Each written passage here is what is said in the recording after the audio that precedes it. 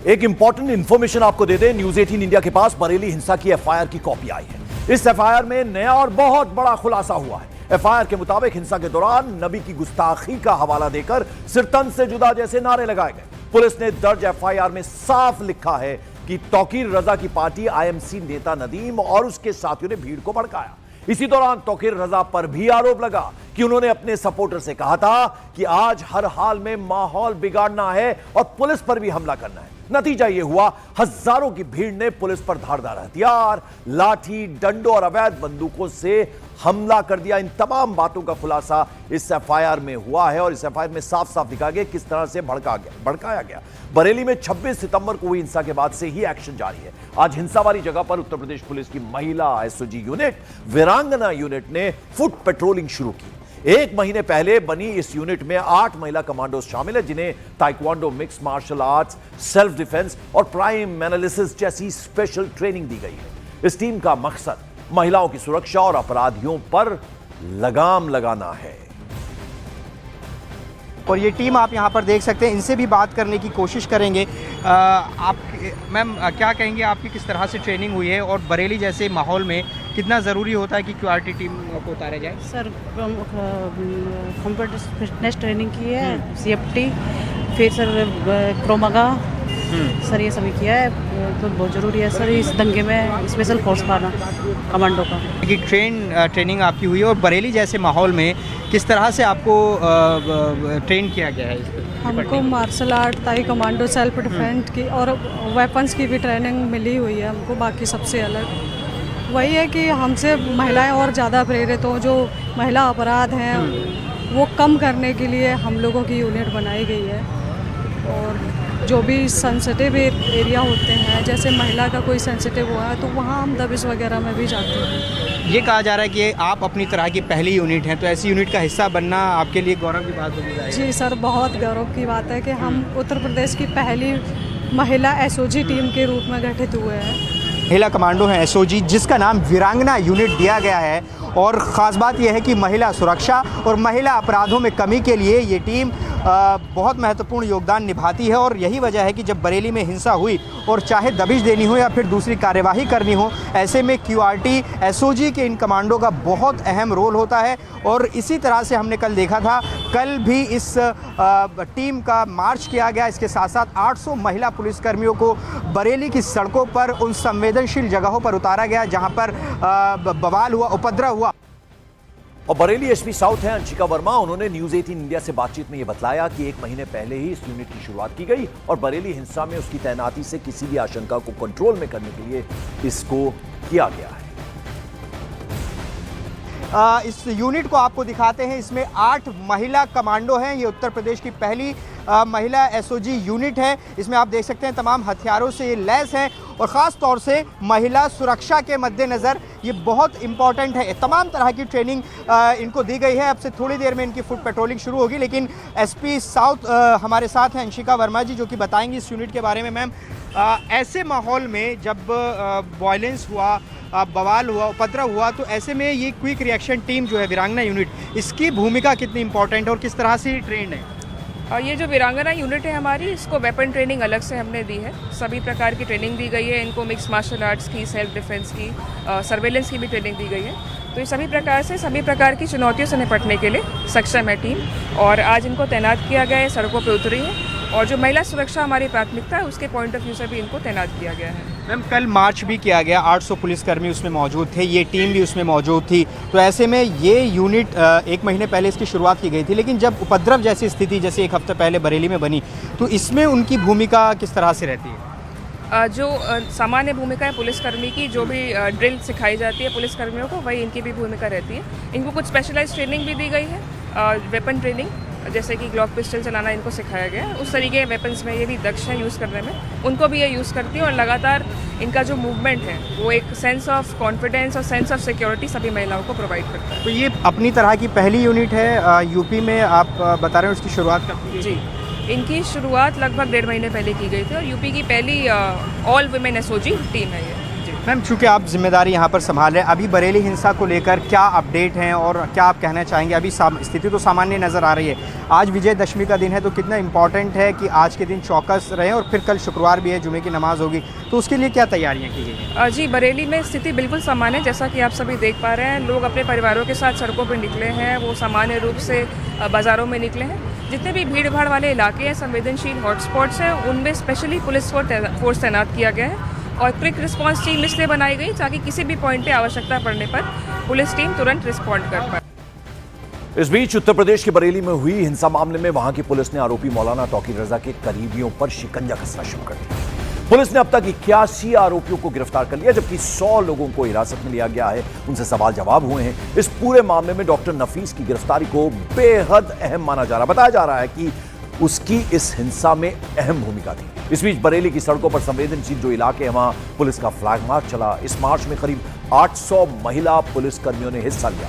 इससे पहले बरेली में हुई हिंसा के मामले में बुलडोजर एक्शन भी हुआ था। मौलाना तौकीर रजा के करीबी के अवैध निर्माण पर नगर निगम का ये बुलडोजर चला था।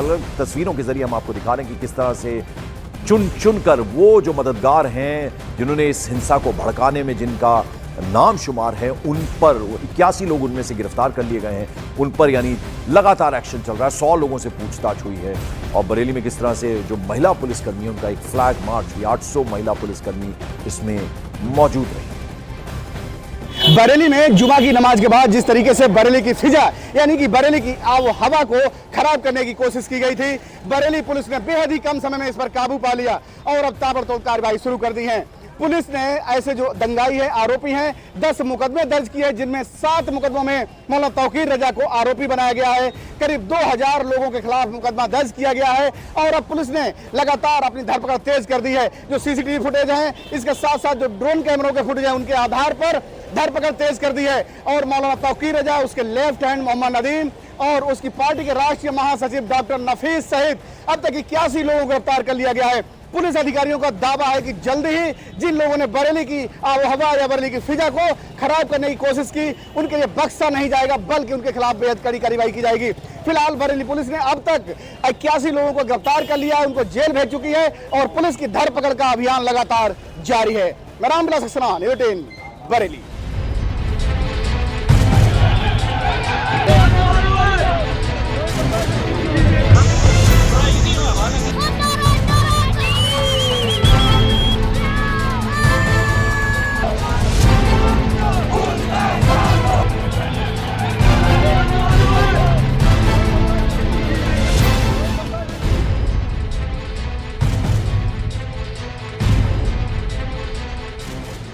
ये तस्वीरें आपने देखी। पाकिस्तान जिस पीओके पर सालों से कब्जा करके बैठा है, अब वो पीओके उसके हाथ से निकलने लगा है। पीओके से नरसंहार की जो तस्वीरें सामने आ रही हैं, वो पूरी दुनिया को हैरान कर रही है। निहत्थे लोगों पर पाकिस्तान की पुलिस और सेना खुलेआम गोलियां बरसा रही है। सड़कों पर नरसंहार हो रहा है और इसके रिएक्शन पर पीओके की पब्लिक पाकिस्तानी सैनिकों को पकड़ पकड़ कर पीट रही है।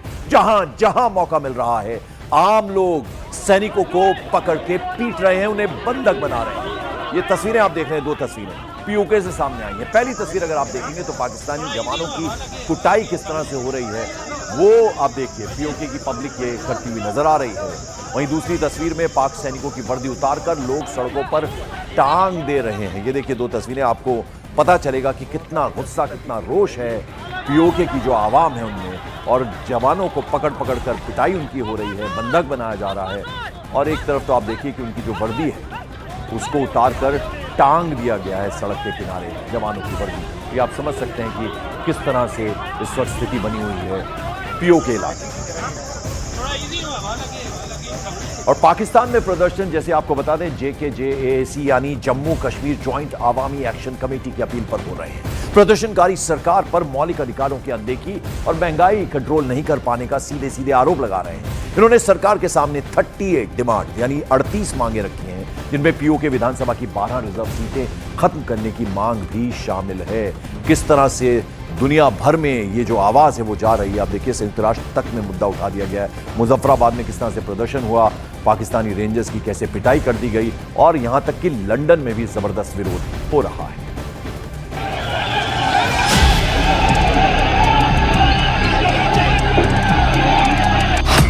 पीओके में पाकिस्तानी सेना की फायरिंग में प्रदर्शनकारियों की मौत।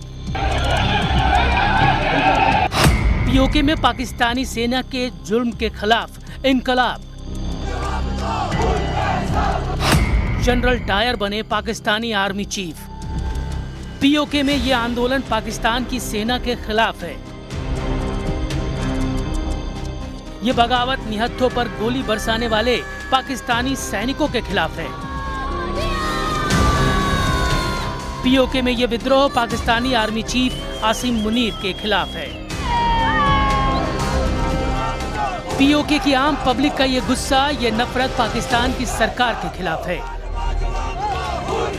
पाकिस्तान के कब्जे वाले कश्मीर यानी पीओके से आई आम पब्लिक के गुस्से की ये हैरान कर देने वाली तस्वीरें इस बात की गवाही दे रही हैं कि वहाँ कुछ भी ठीक नहीं है। पाकिस्तानी सेना के जोर जुल्म के खिलाफ आवाज उठाने की कीमत आम कश्मीरियों को सेना की बंदूक से निकली गोली खाकर चुकानी पड़ रही है। आम नागरिकों के विरोध प्रदर्शन को दबाने के लिए पाकिस्तान की सेना और पाकिस्तानी रेंजर आम लोगों पर गोली चला रहे हैं। सेना के लोग पीओके के बेगुनाह लोगों पर आंसू गैस के गोले छोड़ रहे हैं। दरअसल पाकिस्तान अधिकृत कश्मीर में बुनियादी जरूरतों की मांग को लेकर प्रदर्शन हो रहे थे। ये बात पाकिस्तानी सेना को नागवार गुजरी, जिसके बाद दोनों तरफ से भिड़ंत तेज हो गई। पाकिस्तानी सैनिकों के अत्याचार के खिलाफ पीओके का कॉमन मैन लामबंद हो गया। उसने सड़कों पर उतरकर पाकिस्तान की सेना और सरकार के खिलाफ हल्ला बोल दिया। पीओके में इस विरोध प्रदर्शन का अंजाम ये रहा कि प्रदर्शनकारियों को रोकने के लिए सिक्योरिटी फोर्सेज ने बुधवार को निहत्थे लोगों पर फायरिंग कर दी, जिसमें कुछ नागरिकों की मौत हो गई जबकि 100 से ज्यादा लोग घायल हो गए। पीओके के स्थानीय नेताओं के मुताबिक पाकिस्तानी सेना की गोलीबारी के घायलों का अस्पताल में इलाज नहीं किया जा रहा, जिससे मौतों की संख्या बढ़ रही है।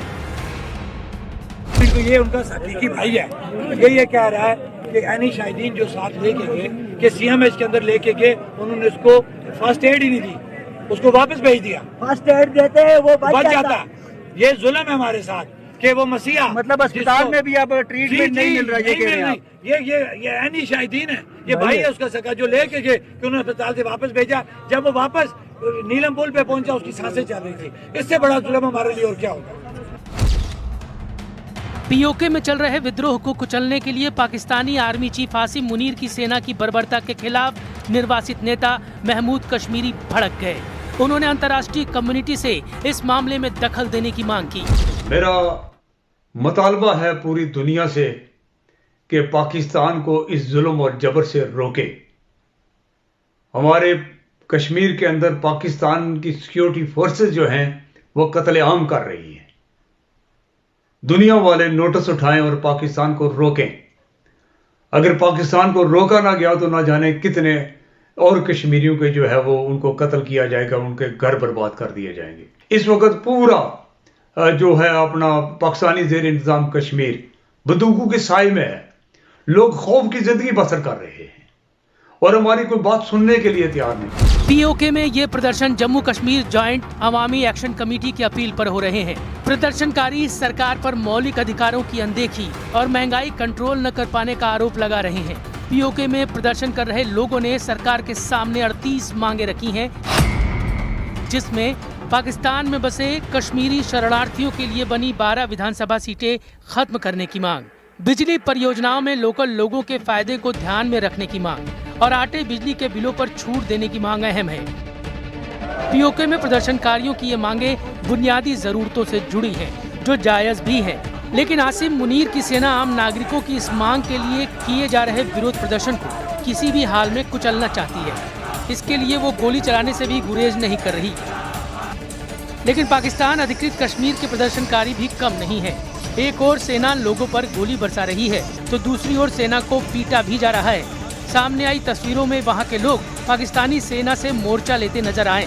दावों के मुताबिक प्रदर्शनकारियों के सामने पाकिस्तानी सेना के कुछ सैनिकों ने सरेंडर कर दिया। यही नहीं, इस दौरान पाकिस्तानी रेंजरों की पिटाई की भी बात सामने आई है।